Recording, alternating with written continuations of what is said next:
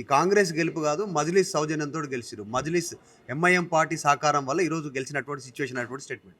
ఇవాళ BJP party Kishan Reddy గారి ఇవాళ కిషన్ రెడ్డి గారి నాయకత్వంలోనే తెలంగాణలో బీజేపీ పార్టీ అధోగతి పాలైంది.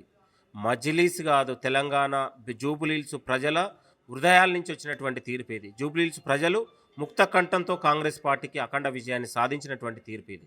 కాబట్టి ఇవాళ జూబ్లీహిల్స్ మీరు గతంలో కే కిషన్ రెడ్డి పోటీ చేసినప్పుడు 65,000 ఓట్లు వచ్చినాయి. ఇవాళ ఎన్ని ఓట్లు వచ్చినాయి?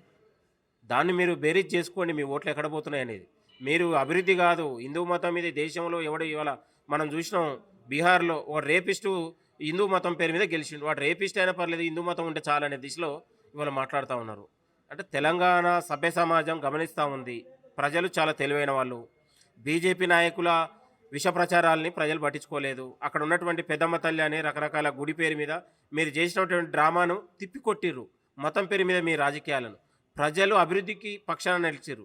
ప్రజాపక్షాన, ప్రజల పాలన పక్షాన నిలిచారు. మీరు గుర్తుపెట్టుకోండి.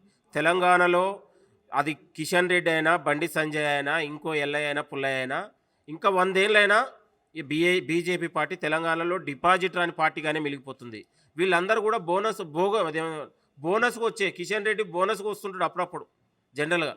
కాబట్టి కిషన్ రెడ్డి గారి వాక్యాలు కావచ్చు, అసలు బీజేపీ నాయకులు బీఆర్ఎస్ అభ్యర్థి కోసమే ఇంటర్నల్గా పనిచేసినటువంటి లాగానే అనిపిస్తుంది. ఎక్కడ కూడా వాళ్ళు పెద్దగా సీరియస్గా ప్రచారం చేయలేదు, నాన్ సీరియస్గానే ఉన్నారు జూబ్లీహిల్స్ ఎన్నికల్లో. కాబట్టి బీఆర్ఎస్ పార్టీ అభ్యర్థి కోసమే బీజేపీ అవయవదానం చేసి ఇవాళ చేతుల్లో చేసుకొని చీకట్లో చేసినటువంటి వాళ్ళు. కాబట్టి ఈ రాష్ట్రంలో రాజకీయ తోడు దొంగలు ఎవరైనా అంటే అది బీఆర్ఎస్, బీజేపీ. అది నేను చెప్పింది కాదు, సాక్షాత్తు కల్వకుంట్ల కేసీఆర్ గారి కూతురు కవిత గారే చెప్పారు.